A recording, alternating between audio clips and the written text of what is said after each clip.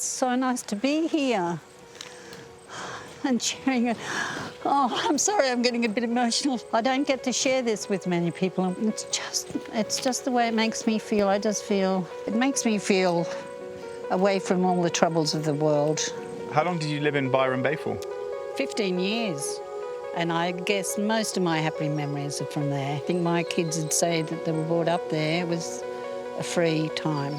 It hasn't been an easy life here, but I mean, I always say to the kids, nothing worth winning is ever easy. It almost feels for Bette like this was calling her, because that's a huge change of lifestyle. Byron Bay, to then come here, to the middle of the rainforest. While there are huge swathes of wilderness, this region of Australia is also known for its agriculture, in particular the sugarcane industry. Bette, when you first moved here, what did your neighbours think of you? Crazy woman.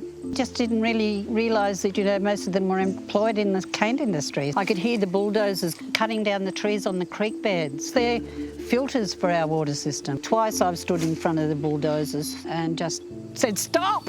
I thought, gee, they could have bulldozed me into the creek and nobody would have known. I have been threatened with a can of petrol to be thrown over the house. And this is by locals that weren't happy with... Not me being here. And being a feminist as well, because they didn't understand feminism. They saw it as being a man-hater. Well done for standing up for what you believe in. Well, you've got to stand up for what you believe in. It feels like Bette and I are really starting to bond. I'm grateful that she seems to trust me, given the conflict she's experienced with the outside world.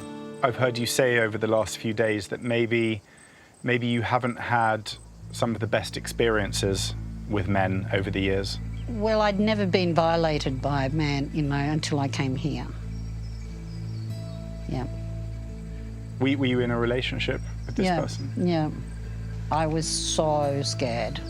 And then he tried to run me down in the car, and it was like I was running. I was so frightened. I definitely don't hate men, but I really don't like aggressive men. That's very fair. More than fair. Recent research estimates that 47,000 women and girls worldwide are killed by their intimate partners or other family members every year. This is a much bigger conversation between me and Bette in the middle of the Queensland rainforest. There's stories all over the world of the terrible abuse of women at the hands of men. We need to start talking about it more, because I've seen the damage inflicted on someone like Bette. It's testament to her character that she's welcomed me with open arms.